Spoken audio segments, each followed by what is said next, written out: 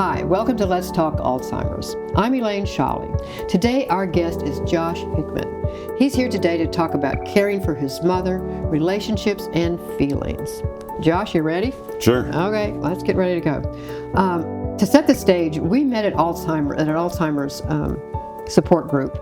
Yes. Well, I was moved when you came into the door. You were the only guy, and you were a young guy. At the time, you described yourself as a person being in the perfect storm of your relationship and what was happening to you. Can you kind of get us started as to what all that perfect storm involved? Yeah. This may be a little unusual, but I guess it's might be becoming more common with people of my generation. But my relationship with my mother was not good at all, and hadn't been since I was probably 10 years old, 12 years old. And she's a very difficult person. So this all occurred not unexpectedly and kind of not in the best of circumstances, as so often happens. So, I had moved back to Dallas from Los Angeles, and my father had passed away about 18 months or almost 2 years before. And I kind of knew my mother was not getting along great, but I didn't really realize how bad things had gotten. And part of the reason I moved back was to be closer to her because I knew she wasn't doing well and was alone. And part because of a relationship I had started here in Dallas and to be with that woman. And all of a sudden, things just kind of fell apart very quickly and unexpectedly. And that relationship ended. Not my doing, but that it just happened very suddenly and unexpectedly. It was very heartbreaking, devastating. And at the same time, I kind of realized after being around my mother that spending more time around my mother, how bad her circumstance really was, and that she was covering up quite a bit for how things were at her home. And so it became, within a 2-week period, all of this stuff happened. And my life just kind of was turned upside down. But by the end of that, I had kind of come to the realization that I probably was going to be taking care of her full time, and we would be living together. And everything just changed, and it was a huge adjustment, to put it mildly. So that's when you walked in the doors. That's what you were dealing with at one of the times when you walked in. Yeah. So you were talking, you didn't really notice what was going on. So were there a lot of missed signs, would you say, that you didn't, things were happening and you just kind of really didn't notice? And I think that happens, what you were saying, the generation people taking care of this now is they don't notice signs. Yeah, my mother was a particularly difficult case because she was a very antisocial person, always had been, had very, very few friends, virtually none. Most of her friends that she had were through my father, and so when he passed away, they disappeared. And there was really no one else keeping tabs on her. She was, like I said, very difficult to be around. And wasn't really interested in people or, socializing. So, and she had kind of always been a little crazy, So her behavior, when it began to deteriorate, was very hard to spot because you didn't know if it was something new or if it was just her getting older or if this was just the same old her she had been at 40. And she wasn't aware of any changes that were going on. She just thought she was just being normal. Yeah, and she had an infinite capacity to deny things. That was nothing new at all. So I guess, and because of this, and this is what happens a lot, because of the difficult relationships, growing up and everything, now we're faced with taking care of these people. And to add to that, they don't know what's going on. So that it's a big conflict for somebody who's just walking into it with kind of unprepared about what's going on. And I kind of figured out later on that my father had kind of been covering for her quite a bit. He must have known that something was going wrong. And he was covering for her behavior. He was covering for her forgetting things, what we thought was a hearing problem that I think in the end probably wasn't a hearing problem. She couldn't understand what people were saying. You were already had to repeat yourself quite a bit around her. Yeah, it was difficult, but it became quickly obvious to me. And she had no diagnosis yet or anything like that. She avoided such things. Right. So she wasn't going to have one because she wouldn't go to a neurologist to get one. Yeah. So, but it became clear to me, and then as it progressed, it became, very obvious. Yeah, difficult. Now you were, if you want to share that you were having your own difficult issues at the same time too, right? Yeah, you talking about the booze? Yeah, I'm talking about the booze. So yeah, in that 2-week period where everything just kind of came to a head. Part of the problem is that I had a bit of a drinking problem, which I was aware of. I'm not one to fool myself about a whole lot. And it had slowly crept up on me and gotten worse over the 25 years. And it was already a scary thing, which I kept pretty well concealed, but it had already damaged my health. It had already jeopardized my health a couple of times. I had been in the hospital with pancreatitis before and nearly died. And so that was the capper, was when I was figuring all of this out, and I had a health scare, which looking back was probably lucky, although at the time it was not lucky, incredibly bad. But I became ill once again. But that was sort of like my final wake-up call, that I knew deep down that I wouldn't be able to do this and do that at the same time. And so that final wake-up call happened during that 2-week period. And so on top of everything else, I had to decide that I wasn't going to drink anymore. And so it was sort of 3 very frightening things happening at the same time, kind of on your worst fears. It was the relationship with someone who I thought I was going to spend the rest of my life with ended very suddenly. My mother, who it looked like I was going to have to take care of, that was not something that I wanted to do, and it's not something I looked forward to. That was not your plans for a full-time job. It wasn't, and it wasn't anybody else's plan either. No one else wanted to do it. So, and then that fear of, I've got to stop this drinking problem. Did you get out of that? You got out of that? Yeah, I did, and it was brutal. I wouldn't wish it on my worst enemy, but it was kind of a life or death choice. That first week was just very, very hard, and I had, mental issues. I was extremely depressed, and physically sick, and but it was kind of a turning point. I mean, it took me that week, I was at my lowest, where I thought, you have to kind of choose if you're going to live or die.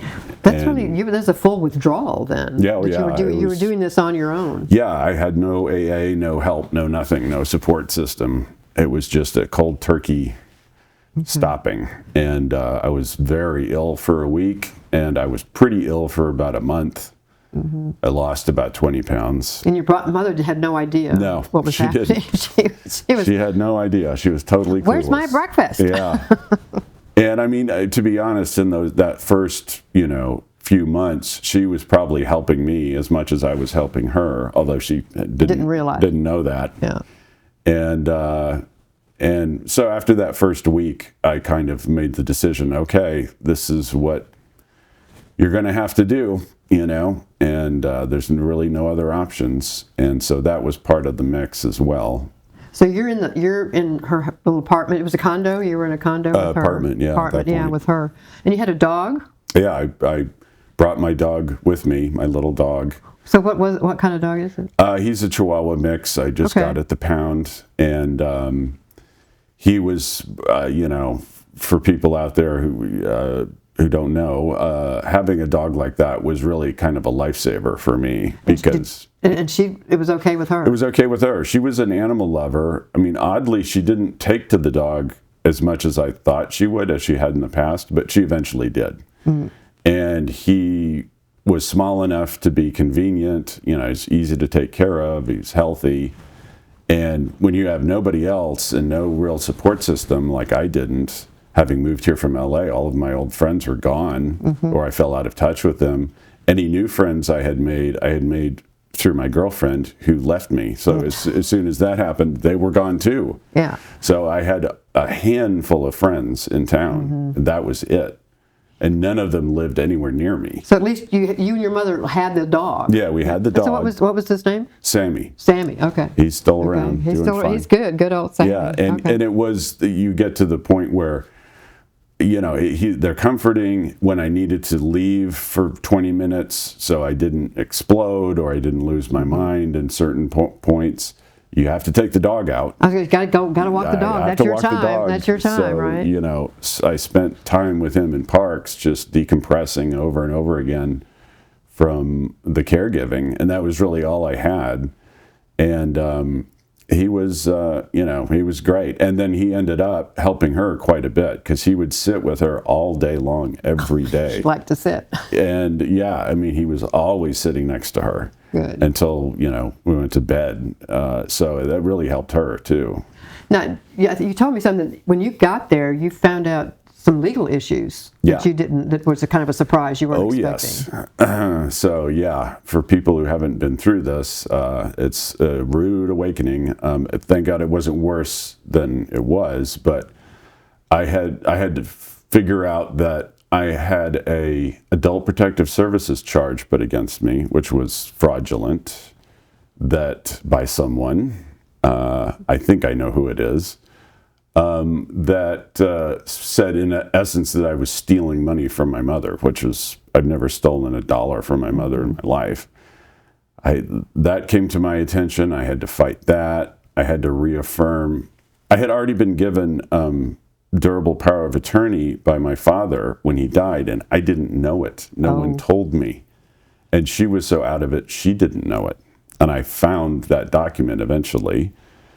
It had been filed in New Mexico, so it was still good, but I wanted to get a new one filed in Texas, which I did. And so I fought that charge and won, of course. And then there were things like she had these two friends of hers who lived in the area.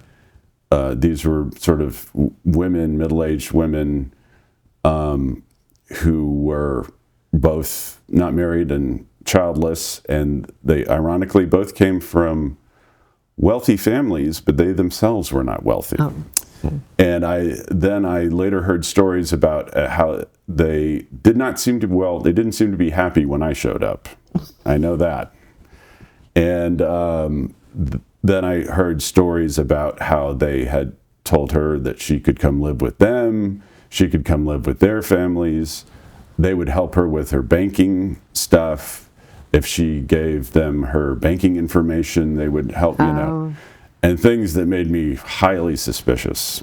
And that was a problem I had to deal with. I had to cut off communication with those people as fast as I could. That was part of the reason I moved her out of the building that she was in into a new building, is I could not have these people around. Because that would set up a thing that you hear about it where people go in and have them change law, their wills and what have you. I think that was why the Adult Protective Services charge was fraudulently. But again, I think that's why it happened, is because one of the two, I think I know which one, did that to try to separate me from my mother.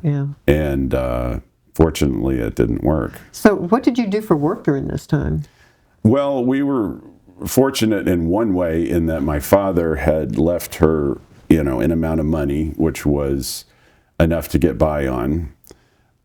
So that helped. I mainly took care of her, and then in the first year I started doing some freelance writing, and I am an artist, so I painted paintings in the time I had, which was, I had a lot of time to do that. That was a good thing to do because you do it at home and you have the time. So that was one thing. I got interrupted a lot, of course, but that was one thing I could do. And so I sold some paintings, and we sort of got by. But that was a constant fear of mine was, we didn't have unlimited amounts of money. So I was very scared that if she had a fall or if she had a stroke or something like that and was confined to a bed or had to go into, private care facility, that would have been horrible. Yeah. So what do you do for that? Didn't you compensate by not getting help for yourself? Yeah. Yeah. So. Yeah. I was the sole caregiver and had no help. And there was a couple of times that I had somebody come in in the later period, and that was just messy, did not work well. I didn't trust people. It was just a bad circumstance. I wish that I had been able to find better help. I wish that I had, that had been more successful, especially in the latter period. I really needed help. I was not doing well at all, and that's one thing I regret looking back. Is in the last year or so, I really should have gotten help. Ask for help sooner. And I just didn't do it. Yeah. So now, did you have any other family members? You said you had a brother? Yeah, I have a brother who just chose not to be involved. Okay. He did not get along with my mother either. And that was about it, because both of my parents were only children. I had no aunts, no uncles, no cousins. Mm-hmm. I don't have any children. So you were the sole. I was the sole caregiver, 24/7. Yeah, caregiver. That's a lot. Yeah, a lot, especially when it's totally unexpected. You were not walking into this. I should have been able to think ahead a bit more and say, maybe someday I might be the one, but for some reason you just kind of put that out of your mind. You think, well, we'll figure it out when the time comes. That's where I'm trying to impress the be aware, be prepared. Yeah. And it's really hard for what you were saying, that the generation of kids to look at that. Why do I need to be prepared? Well, hello. We have a whole scenario. Yeah, and it was interesting because my father was such a responsible guy, and he had been a military guy and then a lawyer. And he had to have known that she was not doing great as he was succumbing to cancer. And it still boggles my mind slightly that they made absolutely zero preparations for anything for her. Other than long term. Yeah. I mean, other than the money that he left, that was it. There was no directions on what to do, or no communication from him saying, I think that, she's going to need help. Right, because like you said, you thought he had to have known something wasn't going right. I think so. Right. Did you take her to get to doctors to see what could be some kind of diagnosis or something for her? She had a contentious relationship with doctors, and so it was usually taking her to doctor's appointments, which I would have to, make and keep and make sure she got to them, and then she wouldn't want to go, and then she'd go to a doctor and they would tell her to do something and she would refuse to do it. It was just, that was the whole story of the whole process. Man. But she was told enough times to go get checked out by a neurologist that she finally did it. And she had had a cognitive test before I came along, and I was never told that. And she just ignored. She didn't tell you? She ignored the results of it. She had another cognitive test, which I saw the results of. And but anyway, she did go to a neurologist and got diagnosed with probable Alzheimer's, definitely dementia, and she just totally ignored it. She told the doctor that he was wrong. He said somebody finally gave you a notification, or not a notification, but you were able to write down that she had failure to thrive. Yeah. Did that make a turning point? Yeah, that was another turning point. She had had I can't remember exactly how it happened, but she had this primary care doctor for quite a while, who I kind of got to know from going to visits with her. And the primary care doctor, I think, was changing what she was doing, but she also had kind of given up on my mother. And she said, we had one appointment, and she said, I can't do anything more for you. Sorry. and she filled out a few forms and asked me if I had thought about end-of-life care, and which I hadn't, of course. And and in those forms, she had diagnosed her with, I think, essentially Alzheimer's, failure to thrive, I think cachexia, I think they call it, which is the loss of muscle mass, and gave me all this paperwork and, said, here, you need to go see somebody else, and you need to start preparing for the end. So I do know that you said at some point she went into hospice care. Yeah. So was it at that time? Or? It was after that, yep, because I kept taking her to appointments, some of which were needless. I took her to 6 hearing doctors, which was unnecessary, but she kept wanting to go. And then we had so many cancellations, and she wouldn't show up. She didn't want to go at the last minute and so forth. And it was very stressful. And so I thought, well, what do I do? I can't keep canceling these appointments, but you can't have her not go to anybody. So the issue of hospice came up, and she had been accepted and denied it once. And after this, I think I had the same company come back. She got accepted again, and I said, this is just what we're doing because I don't know what else to do. Not taking you to anyone is just going to be weird, and I think people would think I'm not taking care of you, but you won't go to doctor's appointments anymore. And it becomes redundant. It goes around and around. And where do we make this finally stop? Right. So I know that you made it. You finally. So somewhere there. This is where we come along, and I think you had to have knee surgery on top of all this too. Yeah, in the middle of it. Probably a year and a half in, I had to have knee surgery, and I had to. That's when you needed help, right? Yeah, and I had to navigate that, and that didn't work very well. But I had gone through an agency and had gotten to where I could get some cheap help, or free, I think it was. And so we had people come. I scheduled people to come after the surgery and stay with her.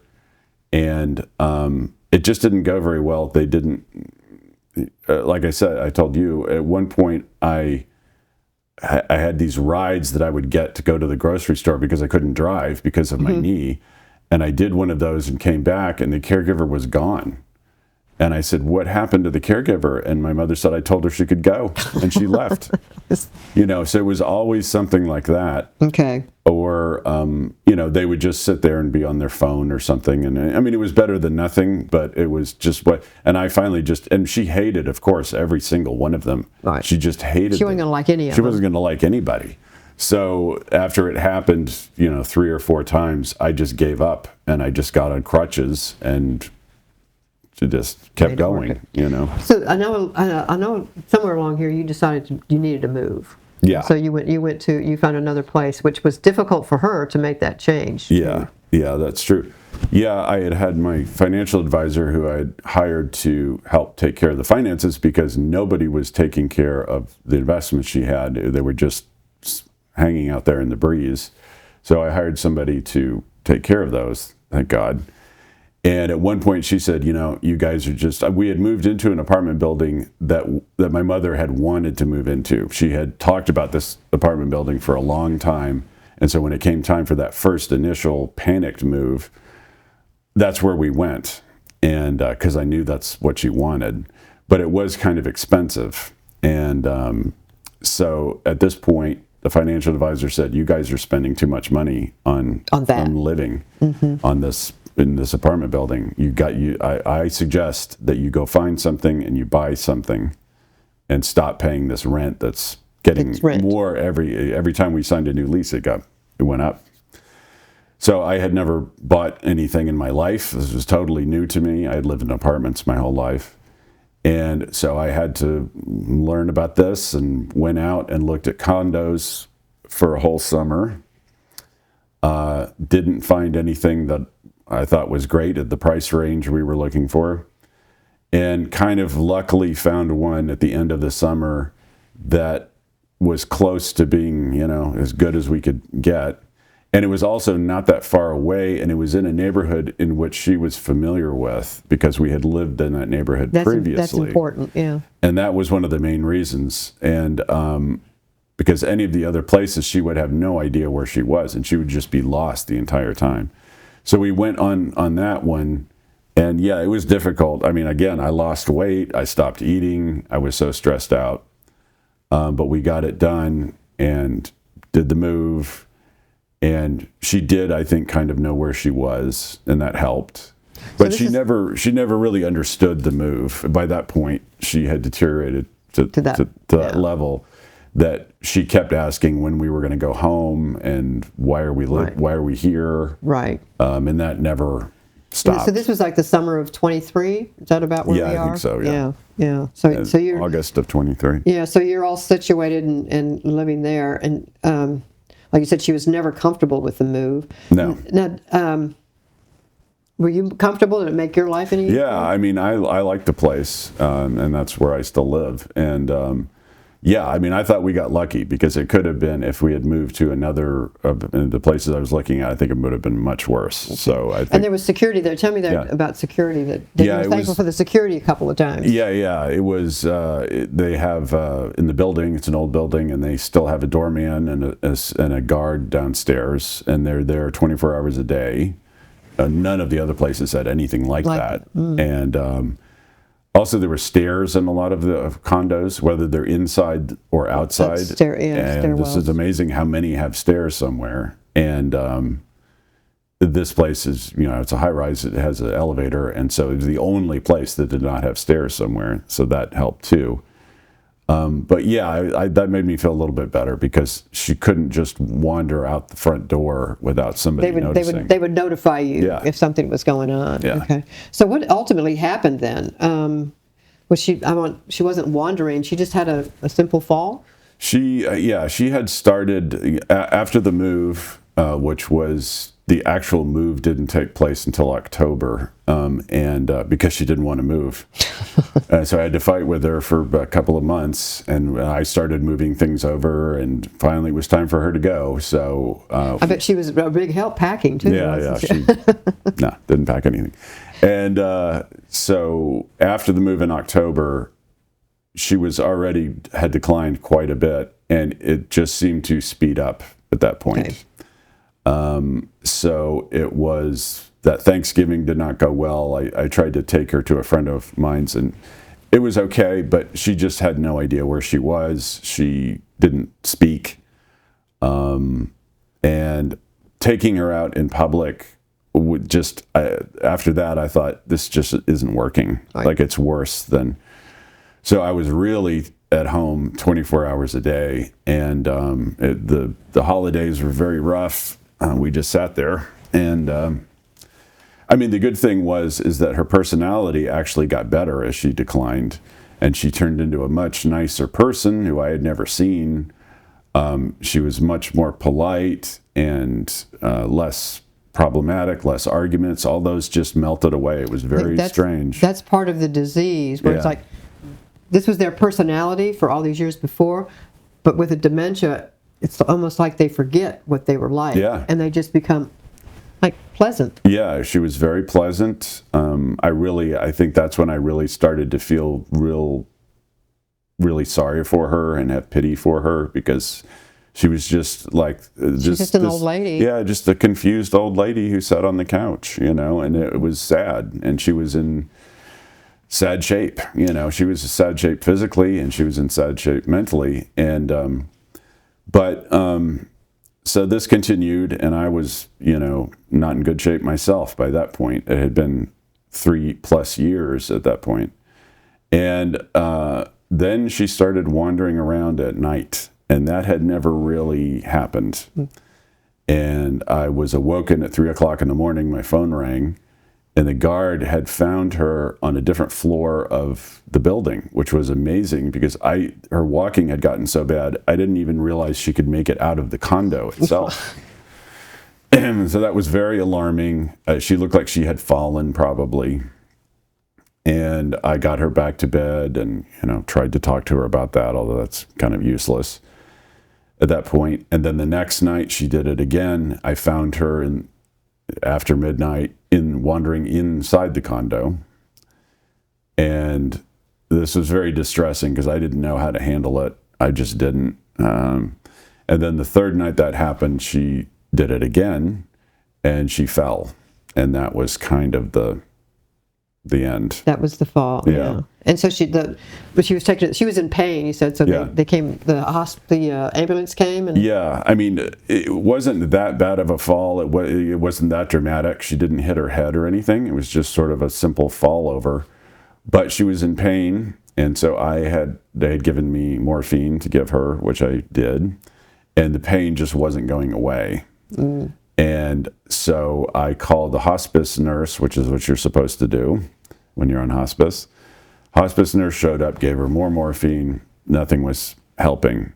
So the hospice nurse said we should move her to the hospice wing of a hospital, which I didn't even know that was a thing, but it turned out it was. So they came and got her and put her in the hospice wing of a hospital. It was about 4:30 in the morning by that point. I went to bed for about 2 hours, maybe an hour and a half. I got up at about 6 to go see her. And as I said, I thought she would be sitting up in bed eating oatmeal. And I got there and she was unconscious. And I said, how's she doing? And they said, have you made funeral arrangements? And that was just shocking. I know never on your list of things to do. Everybody says, well, how can you be, so surprised? I'm like, yeah, but if you were in it, I was not expecting that. That's the last thing you're thinking of. Yeah. I thought, oh no, she's going to have to, go through physical therapy. This is going to be really rough, but we'll get through it somehow. But that's not how it turned out. So she had I think was basically had gone into a coma.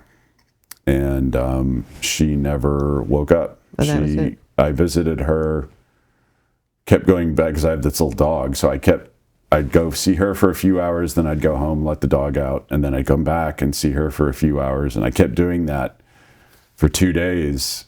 And the second day, she looked worse than the first day. Her breathing did not. And I mean, something you noticed. I noticed it. And that second night at 3 o'clock in the morning, my phone rang and I knew what it was. And they said, she's passed away. And I remember that back from my dad was that, all the time that this is what, with the eventual, what's going to happen in the end. He says, but not until you get that phone call does it really kind of sort of hit you. So this is all things people it's weird. Realize. Obviously you're expecting it, but when it happens, it's weird. It happens in a way that you don't expect it, and all those very quick. Family relationships and everything, that's all gone away because this is what you're thinking. That's what you're dealing with. Yeah. Yeah. I mean, it's it's the longest relationship you've ever had in your life is with your mother, and with her it was ups and downs and a lot of fights, and So the next thing was you had to call your brother. Yeah. Which I did. And informed him, and so it was something for him that was a surprise call to him. I'm sure. Yeah, I'm sure it was. Yeah, and then you ended up taking a trip to New Mexico. Yeah, my brother ended up. It's his idea. I had my father's ashes, which my mother had kept, and now I had her ashes, and it just there was no funeral, there was no memorial service. I just don't think she would have wanted that, knowing her. There wasn't hardly anybody to invite anyway, so, but I thought, we need to do something. You can't just let it go. I don't know, that seemed weird. So my brother suggested that we drive to New Mexico, where my father's side of the family was from, and find old family graveyard, a graveyard that had relatives in it, because we have relatives from out there, and scatter their ashes. So that's what we did. He came into town and we drove out to New Mexico and did that. And I'm glad we did. I think it kind of was a final gesture between the two of you. Yeah.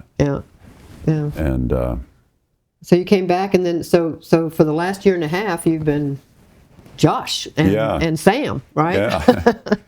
Yeah, it's weird. as I've said, I'll a lot of the times when I was in the bad parts of caregiving and you see your life evaporating and you have no social life and you have almost no friends and you have no romantic relationships because you really can't.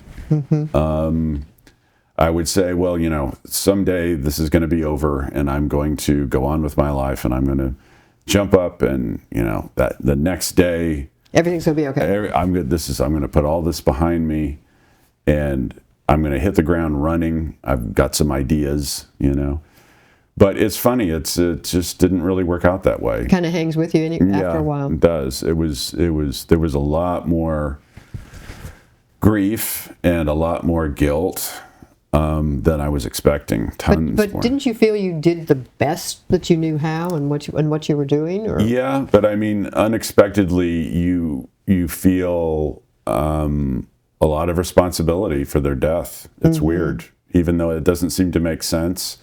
You do. You feel like, well, they died because of me. Right. That's why they died. I didn't do something. I didn't do something. I didn't catch her when she fell. I wasn't in the right place at the right time, and you feel like I did everything I could, for 3 years and 3 months, except for the last 5 seconds. Right. And then I screwed up. You didn't do it. And it's weird, but that's how you feel. And it takes a while to get over that. So yeah, there was much more emotions than I was predicting. So that's still.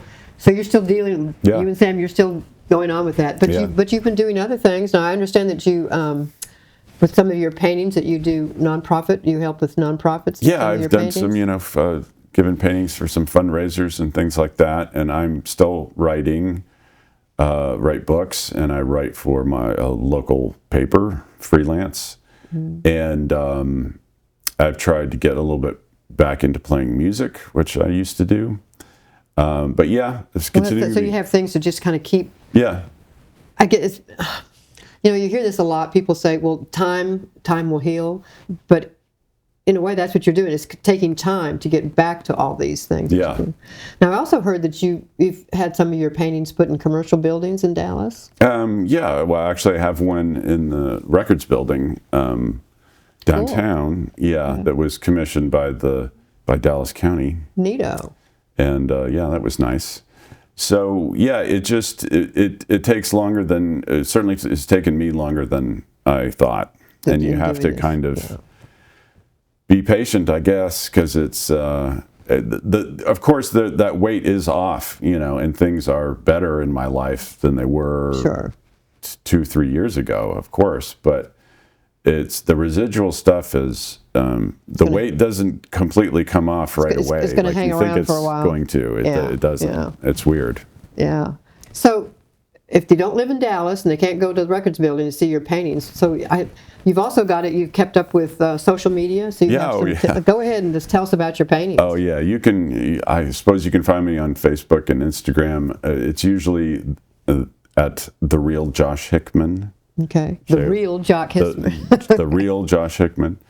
Hickman. Just in case you need to know. Yeah, and that's where I post a lot of paintings and books and articles and things that I do. Well, I know the last time I went there was this big green tiger. Yeah. And I thought, I just loved him.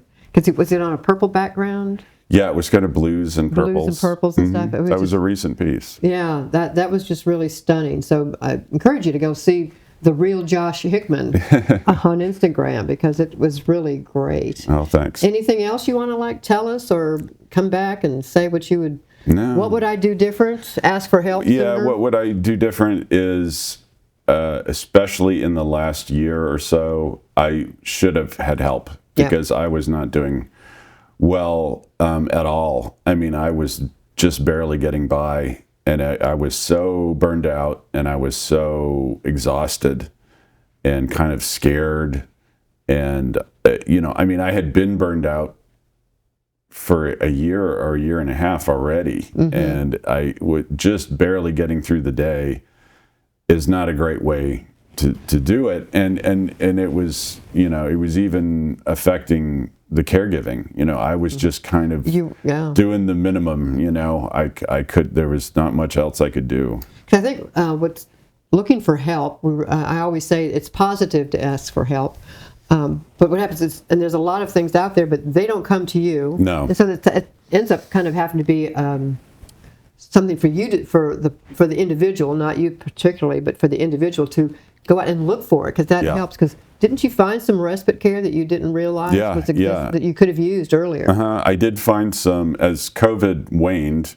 I did find a couple of meetup groups, caregiving daycare type of things. Unfortunately, for one reason or another, most of them didn't work out. But they would have earlier. They would have earlier. And then, in the last few months, the hospice social worker asked me if I wanted a respite for 5 days. And I said, what's that exactly? And they say, well, we put her in a facility and you get 5 days by yourself. And I was like, yeah, nobody ever mentioned that to me before. And I mean, you're going to say no to that? It's true that if they had mentioned that to me, say 2 years earlier, it probably literally wouldn't have worked, because she just wouldn't have done it. I mean, she would have been so impossible about that she just would have refused. I mean, but it's great that you had it. But I had it at the end. It was great, and I could have done another one. I said when it was over, although you're just starting to begin to get back to normal at the end of the 5 days. It was like on the 5th day, I was like, okay, I'm just now getting my head together, and then she comes back. And but I said, so can I do another one of those? And I said, oh yeah, you could do one whenever you need it. And I was like, wow, this is news to me. Yeah. But that's just the kind of stuff people find when they start looking. Yeah, you have to ask for respite stays, because I should have done that a year earlier, probably. That's probably part of the aftermath grieving of everything's finding all these things that, I could have done this, I could have done that, but I still did the best I could do. Yeah. That's what I had. Yeah, and I mean, you have to think about that 5-day respite. That was the first time I had a break in a year. Yeah. I mean, I'm sorry, 3 years. 3 years, right. In over 3 years, I literally had not had 5 a days. break at all. Alone, yeah. A break, let alone 5 days. I had not been alone in over 3 years. Wow. And so, it was a godsend. Hopefully, it was. I wish it had been sooner. That's something that if somebody else were to ask you, what would you do? Then you tell them, guess what? This is what you can do. This is possible. You can look into these things. And those are the types of things we're trying to help people understand with relationships and everything, that there is things to do. We just have to go out and figure out how to do it. Yeah. Yeah. And look for the groups, and look for the support groups and the daycare, when that's available, and respite stays and all that. All of it's beneficial. Yeah. Josh, I can't thank you enough for stopping by and telling your stories. Sure. Because this is the type of thing when people hear it, they're going, oh, that's just like me. Oh, I understand that. Oh, maybe I should do this. Or so it's just when we talk about telling your stories, and what that is, you're telling your story, but what you're doing is you're helping someone else understand what they're going through and maybe what they can do about this. So here's a quick quote from Dr. Seuss, of all people. He said, sometimes you will never know the value of a moment until it becomes a memory. So whether that's just something you're doing, or somebody you know or love or didn't know, but are just starting to learn to know, all of that is really important. To learn more about dealing with Alzheimer's, be sure to visit us at Let's Talk Alzheimer's with Elaine Scholly. Be sure to click the like button below, and we look forward to hearing from you later.